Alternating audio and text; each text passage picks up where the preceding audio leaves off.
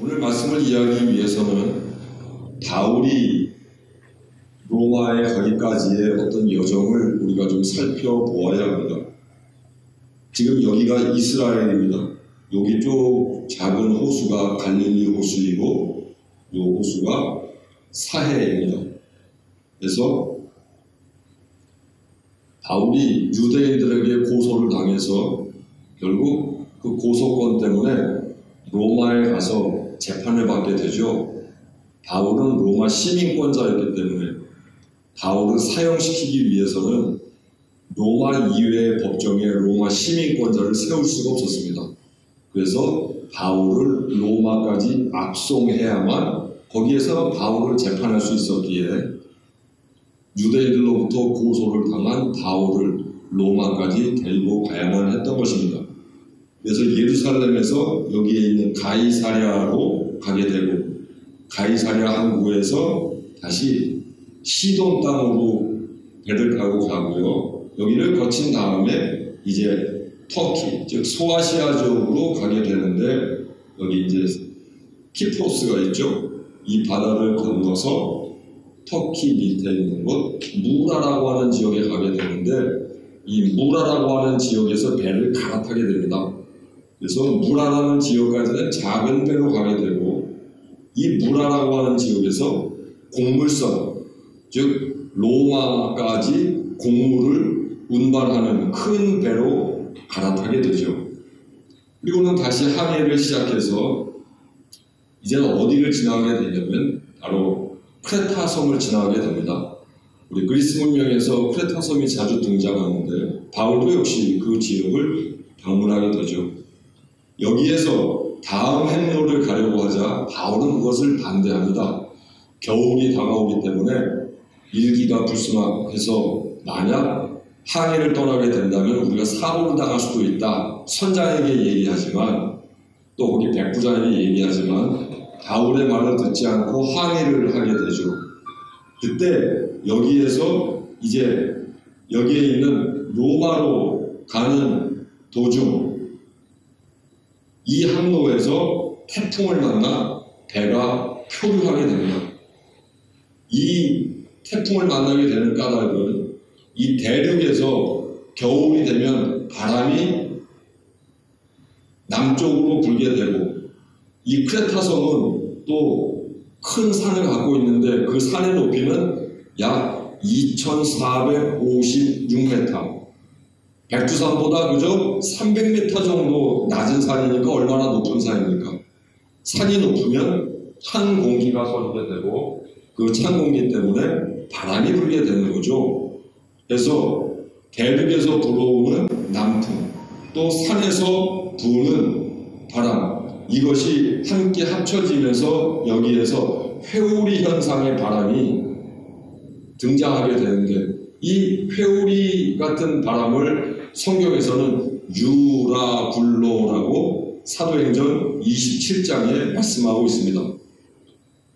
본래 이름은 유라퀼로. 이 유라퀼로는 지중해의 겨울에 부는 바람. 성경은 그것을 태풍이라고도 얘기하는데 그 성격은 회오리, 바람의 성격이 있어서 당시 배들이 어떤 다른 동력을 사용하는 게 아니라 돛을 달고 바람을 동력으로 사용했기 때문에 회오리 바람에 한번 갇히게 되면 방향을 자기 스스로 잡을 수가 없게 되죠. 그래서 여기에 배 항로를 제가 구불 이렇게 그려놓았습니다. 그래서 여기에서 출발해서 멜리데 섬까지 가는데 얼마나 걸리냐면 14일이 걸립니다. 사도행전 27장, 28장을 읽어보시면 그 내용이 정확하게 나옵니다. 그래서 14일이 지난 다음에 멜리데 섬에 도착하게 되죠. 멜리데 섬을 지금은 뭐라고 이야기하냐면 우리 올림픽 때도 가끔 그 이름이 나오지만 몰타 공화국이 성경에는 멜리데 섬이다 그렇게 되어 있습니다. 이 멜리데 섬에서 약 3개월을 머문 후에 바울이 이제 다음 행로, 로마까지의 행로를 이제 시작하게 되죠. 다음 그림 보겠습니다. 그 멜리데 섬에 이제 가게 됐죠.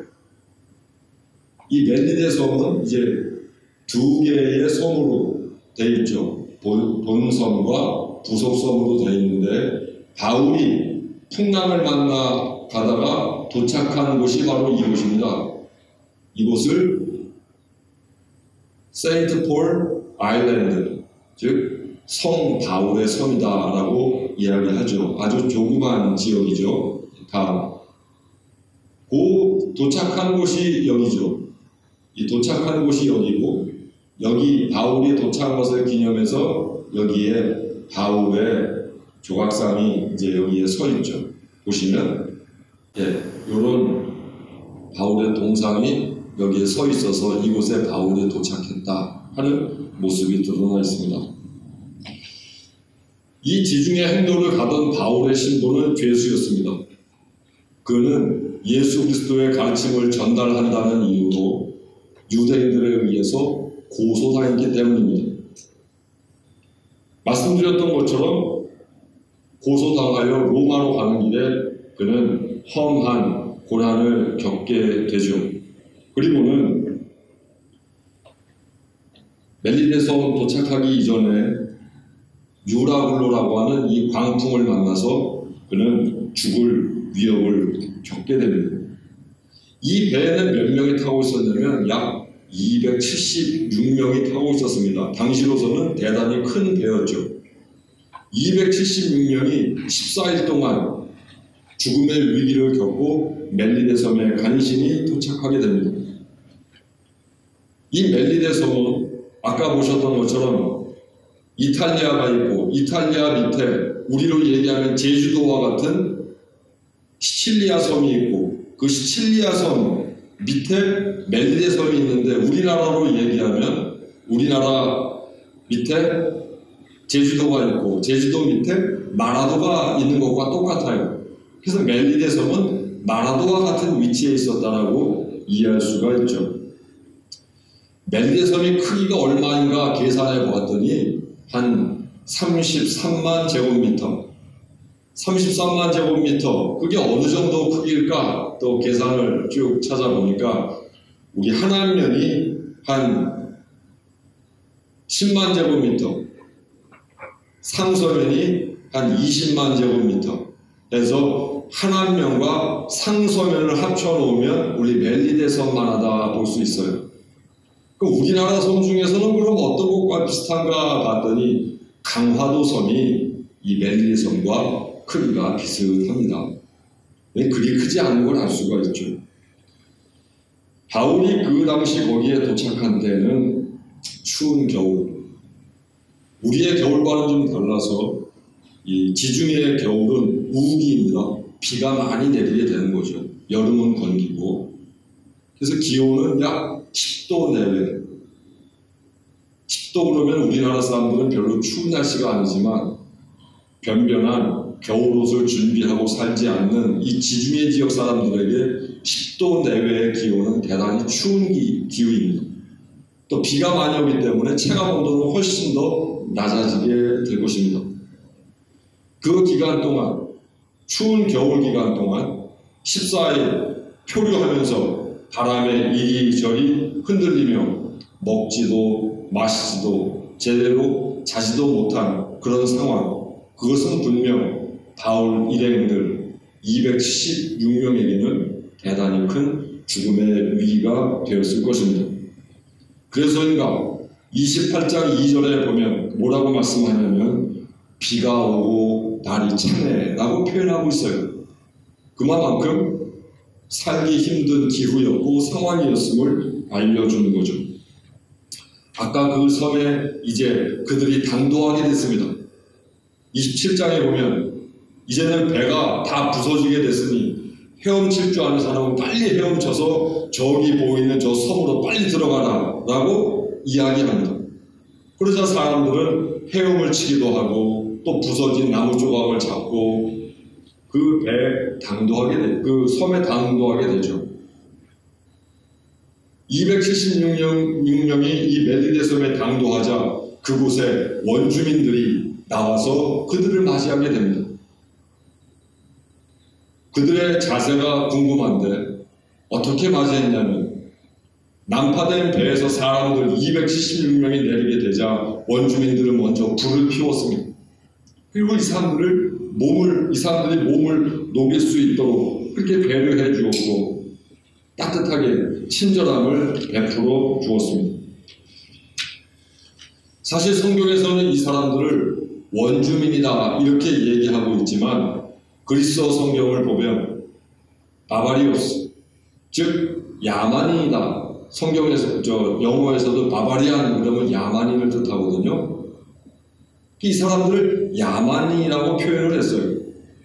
성경에서 말하는 야만인은, 특히 신학에서 말하는 야만인은 정말 우리가 알듯이 문화가 야만스러워서 야만이라 얘기하는 게 아니고 당시 로마 사람들의 기준으로 볼 때 그리스어도 할 줄 모르고 라틴어도 말할 줄 모르는 사람은 전부 야만이라고 불렀어요. 즉, 이 멜리데 사람들은 그리스어, 라틴어, 즉 이탈리아 말을 하지 않았기 때문에 야만이라고 취급을 받았고 성경에서도 그들을 야만이다 표현했는데 이것을 순화해서 우리 개정개혁 성경에서는 원주민이라고 말하고 있는 것입니다. 이 사람들은 멜리데 섬의 하층 계급이었습니다. 즉 로마 제국의 식민지로 있었던 멜리데 섬에서 이 사람들은 하층민이었고 피지배 계층이었죠.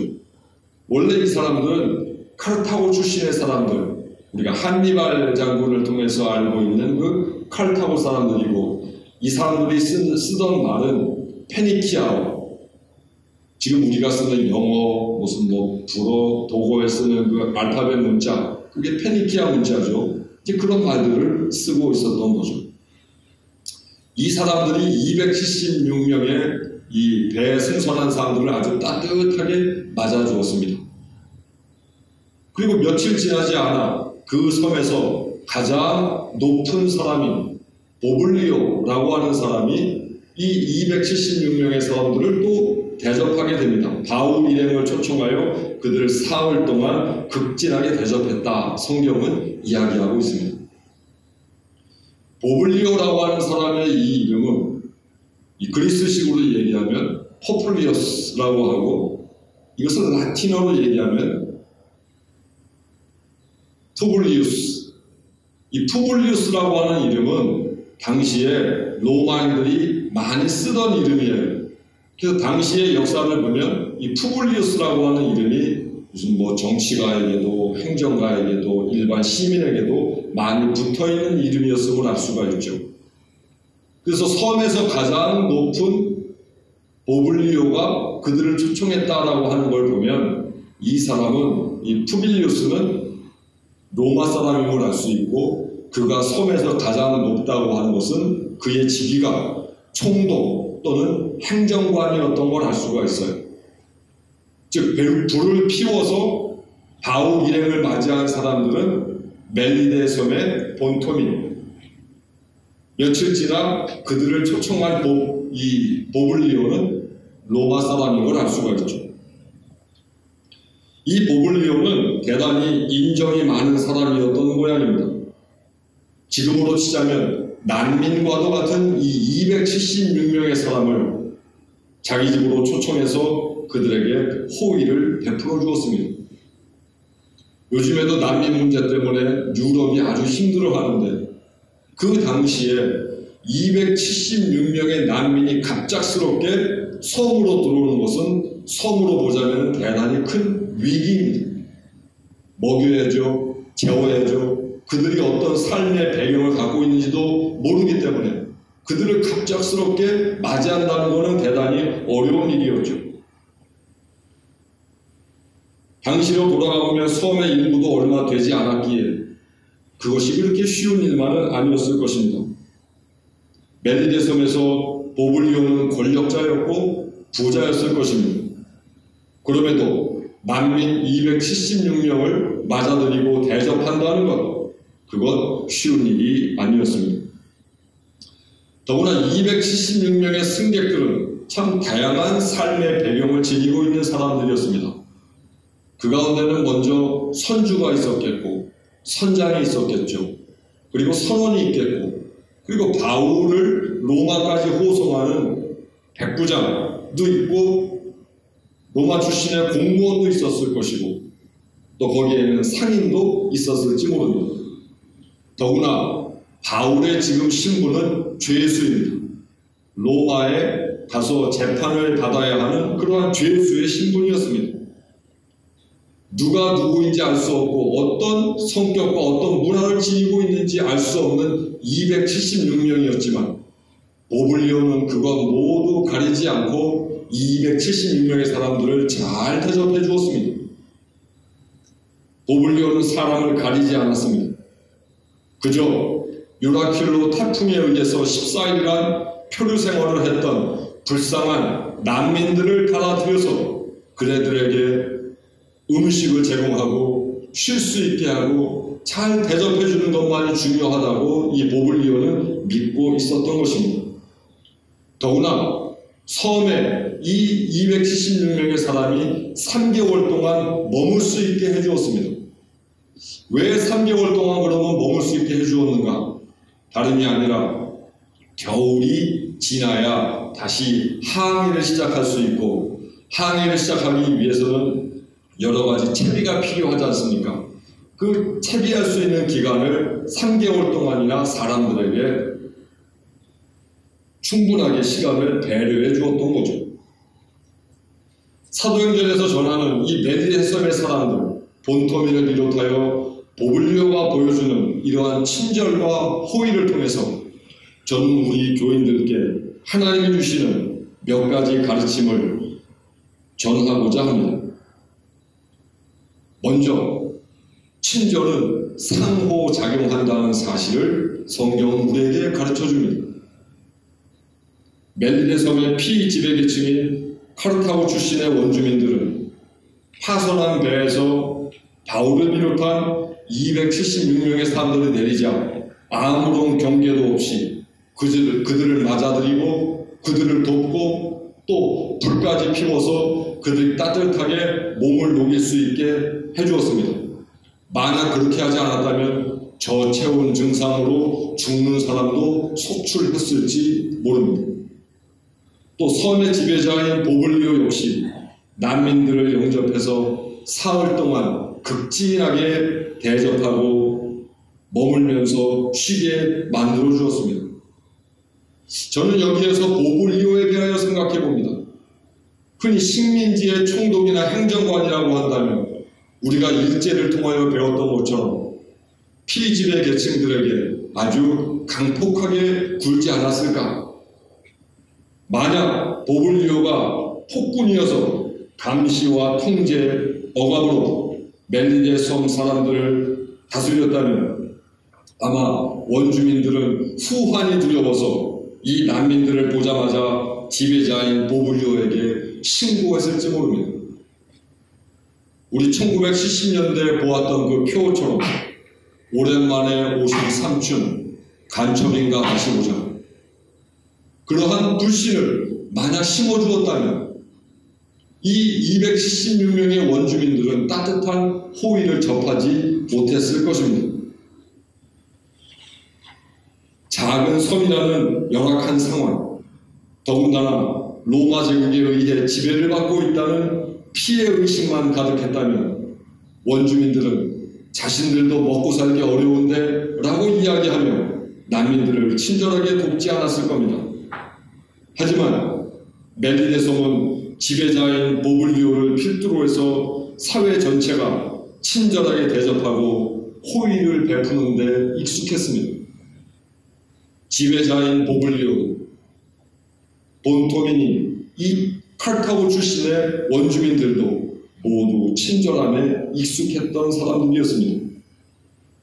그들로 인해서 보블리오 섬 자체가 친절한 섬이 될 수 있었던 거죠. 사회의 분위기가 그랬습니다. 이 친절한 사회의 분위기는 어느 한 계층의 특성이 아니라 사회 시스템 전체가 친절과 호의로 상호작용하고 있었던 겁니다. 친절은 친절을 낳고 그 친절은 또 다른 친절을 낳게 돼 있다는 거죠. 그래서인가 지금도 몰타 사람들, 즉 말티즈라고 이야기하는데, 이 몰타 사람들은 아주 가족적이고 공동체적이고 외부 사람들에게 아주 친절한 사람들이라고 그렇게 얘기하죠. 사족을 하나 달자면 애견으로 많이 키우는 말티즈라고 하는 개는 바로 몰타섬 출신의, 몰타섬 전형의 그런 개죠. 그래서 말티즈는 몰타섬에서 나온 개를 이야기하기도 하지만 말티즈는 몰타 사람들이라고 번역할 수도 있다는 말입니다. 이 본문을 통해서 알 수 있는 두 번째 정신은 친절은 평등해야 한다고 하는 거죠. 멜리데 섬의 원주민들 보블리오에게 이 276명의 사람들은 어떤 계층인지, 어디 소속인지, 어느 민족인지, 어디 출신인지 하등 중요하지 않았습니다. 다만 그들이 14일 동안 유라퀼로라고 하는 태풍에 의해서 표류했기 때문에 그들이 지금 도움이 필요하다는 사실에 대해서만 초점을 맞추었습니다. 그리고 그들이 못 자고 못 먹고 못 마시고 하는 이러한 고생 했음에 대해서 안타까워 했을 뿐입니다. 누가 선원이고 누가 공무원이고 누가 상인이고 누가 죄수인지 그것은 아무런 상관이 없었습니다. 어려움 만난 사람에게는 그저 친절을 베푸는 것이 옳다라고 도리라고 그들은 여겼던 것입니다. 그저 쉬게 해줍니다. 그저 먹게 해줍니다. 그저 마시게 합니다. 그저 편안히 자게 해줍니다. 그걸로 됐다라고 그들은 여겼던 것입니다. 사람을 가려 친절한 것은 진정한 사랑이 아닙니다. 그리스도인은 사람을 가려서 친절하면 안 됩니다. 누구에게는 잘해주고 누구에게는 거리감을 두고 이것은 그리스도인의 친절이 아닙니다. 만약 그런 친절을 하나님이 원하셨다면 오늘 사도행전 28장에서 보블리오와 멜리데 섬의 원주민들은 결코 이렇게 소개되지 않았을 것입니다. 그런 점에서 멜리데 섬 사람들은 평등 정신을 삶으로 구현했고 친절을 평등하게 실천하고 살았음을 우리에게 알려주고 있습니다. 세 번째, 친절함은 지속적이어야 한다는 것을 우리에게 가르쳐 줍니다. 바울 일행이 멜리데 섬에서 생활한 지 3달이 지났을 때 준비를 갖추고 다음 행선지로 떠나려 했습니다. 그때에 보블리오와 원주민들은 이 사람들에게 많은 선물을 주고 항해에 필요한 모든 물건들을 다 준비해서 떠나게끔 만들어줍니다. 그저 맨 처음 왔을 때 불을 피우고 음식을 대접할 뿐만이 아니라 3달 동안 잘 보살펴 주다가 그들이 다음 행선지 가는 곳까지 준비해주는 지속적인 친절함을 그들은 놓치지 않고 있다는 말입니다. 멜리데 섬 사람들은 중간에 실증을 내거나 불만을 토로하지 않았습니다. 그간 힘들었을 심신을 3달 동안 충분히 풀게 하고 필요한 것들을 잘 준비해 주어서 다음 행선지까지 무사히 도착하도록 배려하고 있는 것입니다. 친절함이란 그런 것입니다. 지속적이어야 합니다. 처음에만 반짝하다가 이내 사그라드는 불이 되어서는 안 됩니다. 처음 만남부터 마지막 이별할 때까지 변함없이 따뜻하고 친절함을 잃지 않아야 합니다. 그럼 이 이후에 하나님은 이 멜리데 섬 사람들의 친절함에 대하여 어떻게 느끼셨을까? 그것이 우리에게 중요하죠. 하나님께서는 멜리데 섬 사람들이 이처럼 친절하게 사는 모습에 대하여 당신도 감동하셨음을 알려줍니다. 보블리오가 그리스도인이라고 하는 증거가 없습니다. 멜리데 섬 사람들은 그리스도인이 아니었습니다. 그럼에도 그들은 정말 따뜻한 친절함을 잃지 않았습니다. 그런데 그 친절함이 하나님을 감동시켰습니다. 하나님께서는 사랑하는 종 바울과 그 일에 나머지 승선한 이들을 융숭하게 대접한 보블리오와 멜리데섬 원주민들에게 은총을 베풀어 주셨습니다. 먼저 바울 일행을 극진하게 대접한 보블리오의 가정에 은총을 내주셨습니다. 보블리오의 아버지는 열병과 이질에 걸려 고생하고 있다고 성경은 이야기합니다. 열병과 이질, 이 병은 흔히 지중해의 흔한 전염병이기도 한데 그 병의 원인은 오염된 염소젖을 통해서 나타나게 되죠. 염소젖을 짜고 잘 보관하지 않고 또는 이것이 어떤 세균에 감염이 돼서 사람들이 그것을 마시게 되면 이 열병과 이질을 앓게 되는데 그 이질을 지금도 몰타 열병 또는 멜리데 열병이라고 이름을 부릅니다. 사도행전의 저자는 누가인데 누가는 의사 출신입니다. 그래서 그 병세를 보고 이 병이 어떤 병인지를 정확하게 사도행전에 기록하고 있죠. 열병과 이질, 그것을 통해서 우리는 이 멜리데 열병 또는 몰타 열병에 대해서 알 수 있죠. 당시 의학으로는 참 고치기 힘든 병이었습니다. 지금이야 좋은 약이 있어 그것을 고칠 수 있지만 당시의 의술로는 참으로 고치기 어려운 그런 힘든 병이었습니다. 그런데 바울이 그의 집에 들어가서 기도하고 그에게 보블리오의 아버지에게 손을 얹자 보블리오의 아버지가 낫게 되었습니다. 보블리오에게 감동을 받으신 하나님께서 그 아버지에게 그 집안에 하나님의 은총을 베풀어 주신 겁니다. 둘째, 하나님께서는 불을 피워서 친절하게 바울 일행을 맞이해준 원주민들에게도 은총을 베풀어 주셨습니다. 보블리오의 아버지가 나았다고 하는 소식이 멜리데섬 전체로 퍼지게 되었습니다. 그러자 멜리데섬에서 병을 앓고 있는 사람들이 전부 바울이 머물고 있는 곳으로 오게 되었습니다. 바울은 그들도 똑같이 기도해주고 손을 얹어주면서 그 병을 낫게 해주었습니다. 이제 보블리오와 원주민들로 인해 친절함이 넘치는 멜리데섬이 하나님의 은총까지 가득한 섬이 된 것입니다. 그들은 하나님이 누군지도 몰랐고 그리스도 예수의 십자가도 몰랐고 아무것도 몰랐지만 그저 하나님의 종인 바울 그리고 풍랑을 만난 276명의 사람들에게 친절함을 잃지 않았다는 그 이유로 하나님은 그들을 기억하셨고 그들은 하나님의 은총을 받을 수 있게 되었던 것입니다. 그러니 이곳이 얼마나 살기 좋은 곳입니까? 사람들의 친절함이 남아있고 하나님의 은총이 넘치고 그러니 이 멜리데섬이 그 순간 천국과 같은 곳으로 변모되고 있는 것을 알 수가 있습니다. 지금도 몰타에 가면 이 사건 이후에 그리스도인이 되고 교회의 지도자가 된 보블리오의 집이 있고 그 집터 위에는 멜리데섬에서 가장 큰 건물 성 바울 기념교회가 그 집터 위에 서 있습니다. 그리고 그는 이 멜리데섬의 그 카톨릭 교회의 일대 초대 대주교가 되고 있음을 알 수 있죠. 그리고 지금 한 40만 정도 되는 인구 중에서 90%가 기독교인으로 살고 있습니다. 사랑하는 교회 여러분, 하나님의 은총 가운데 살고 싶으십니까?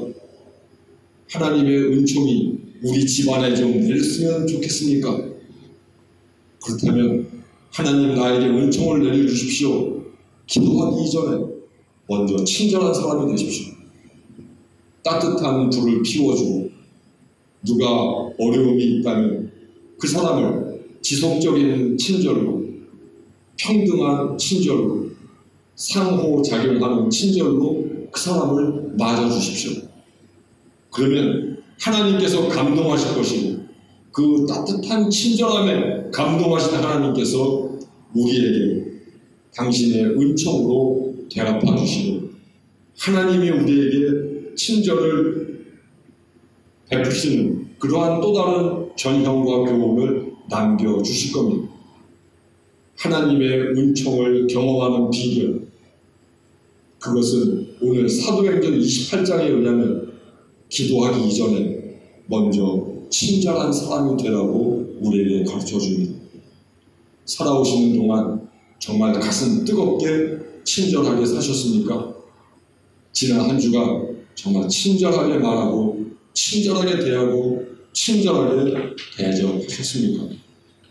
누가 나에게 친절해주면 좋아하다가도 내가 누구에게 친절해주는 데에는 좀 인색하고 야박하지는 않으셨습니까? 아직 우리가 하나님의 은총을 경험하고 있지 못하다니 그것은 믿음이 부족한 까닭이 아니라 우리 가슴속에 아직 친절함이 부족한 까닭입니다. 교회 여러분께 부탁드립니다. 이 코로나 시대를 이길 수 있는 가장 좋은 해법과 열쇠, 다른 게 아니라 친절함이라고 저는 믿습니다.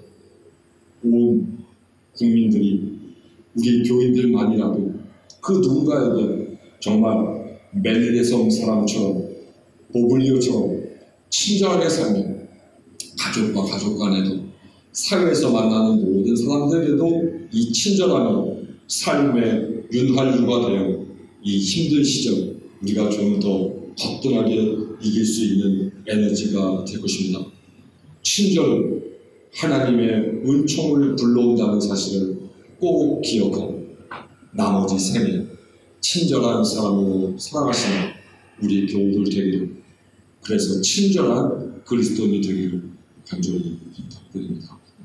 기도하겠습니다.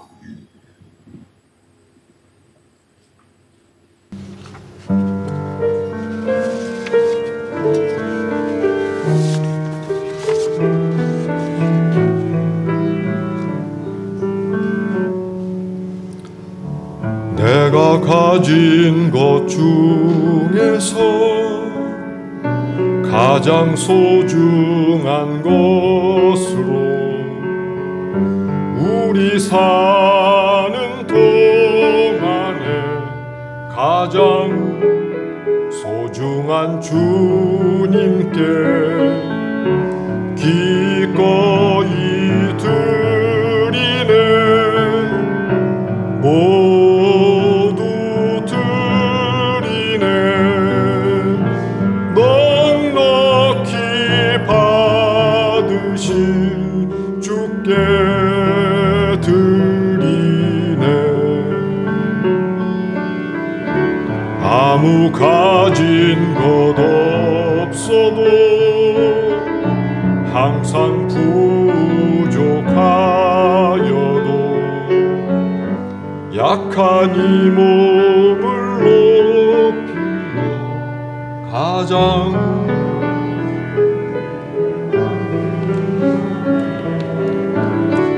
기꺼이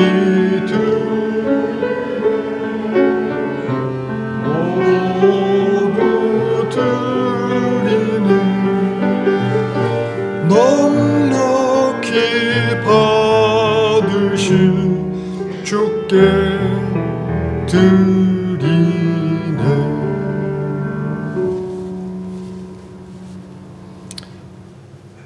코로나 팬데믹의 파고가 점점 높아지고 있습니다.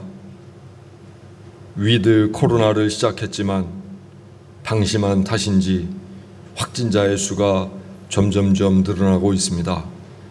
하나님, 이러한 모든 대감염의 사태가 점점 잦아들게 하옵소서. 사람들이 적극적으로 활동하고 사람을 만나고 웃고 즐기는 것 잠시 내려놓고 내적으로 내실을 기하며 조용한 가운데 침묵하며 홀로 있는 시간을 많이 가짐을 통해서 코로나 위기 잘 극복해내게 하옵소서. 이 와중에 우리 교우들 든든하게 지켜주신 것 고맙습니다. 여러 감염의 가능성이 있지만 그래도 우리 교우들 믿음을 지키고 행동을 최소화하면서 하나님의 백성답게 조용한 삶 살게 하시어 저들의 건강 지켜주신 것 다시 한번 하나님 앞에 감사드립니다. 이러한 감사한 마음 모아 예물 바치오니 기뻐 받으시옵소서. 이 예물 주님을 향한 전의의 마음이오니 쓰실 때에도 하나님의 뜻대로 사용하시고 가장 값지고 거룩하게 사용될 수 있도록 친히 저희에게 지혜를 내려 주옵소서. 어려운 경제 상황 속에서도 하루하루 부지런히 땀 흘리며 사는 우리 교우들, 하나님께서 늘 힘주시고 용기 더하셔서 이 위기도 정말 잘 극복해 나갈 수 있게 도와주시옵시며 그 입술에 불평과 불만이 아니라 오히려 찬송과 고백이 차고 넘칠 수 있도록 도와주옵소서. 예수 그리스도의 이름으로 기도합니다. 아멘.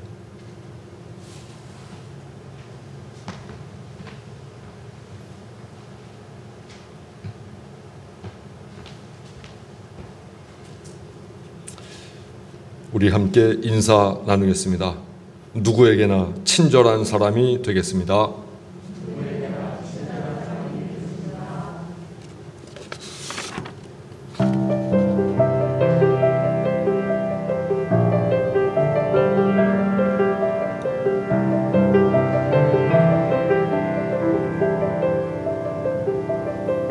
모든 일에 기한이 있고 모든 일에 때가 있어 하늘 아래 모든 일에는 거역 못할 때가 있네.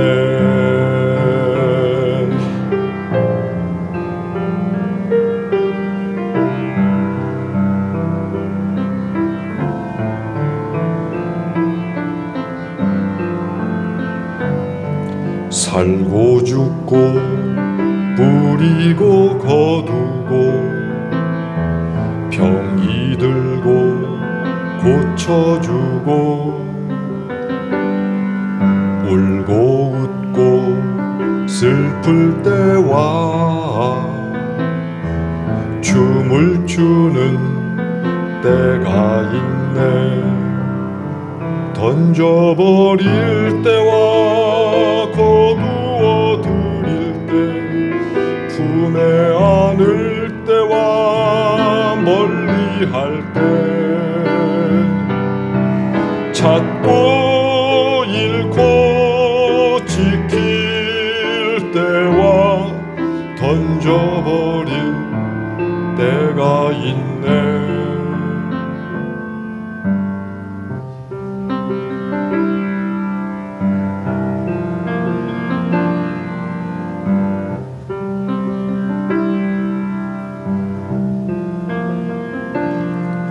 찢을 때와 다시 꿰맬 때 잠잠할 때 말할 때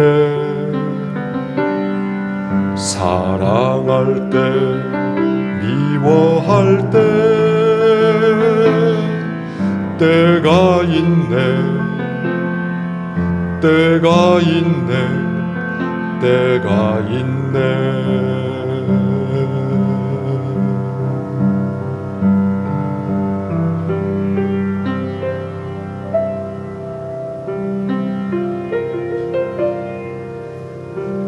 모든 일에 때가 있네.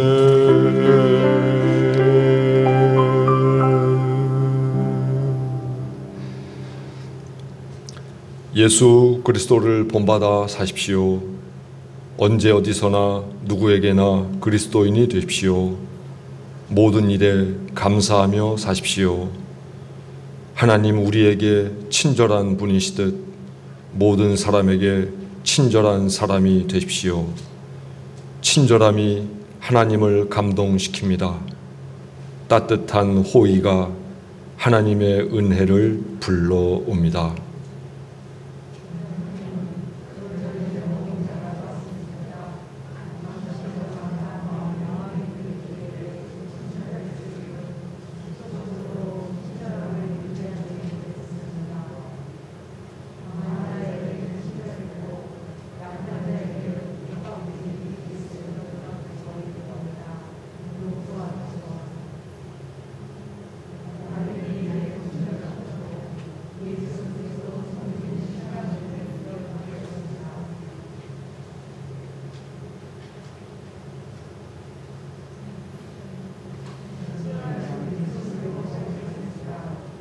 아멘. 지금은 우리 주 예수 그리스도의 은혜와 하나님의 크신 사랑과 성령의 교통하심이 하나님의 친절을 닮아 누구에게나 어느 때나 어디서든지 늘 친절한 그리스도인으로 친절한 사람으로 살고자 하는 원천신앙 공동체 모든 교우들 머리 위에 지금부터 영원토록 함께 하시옵기를 간절히 축원하옵나이다. 아멘.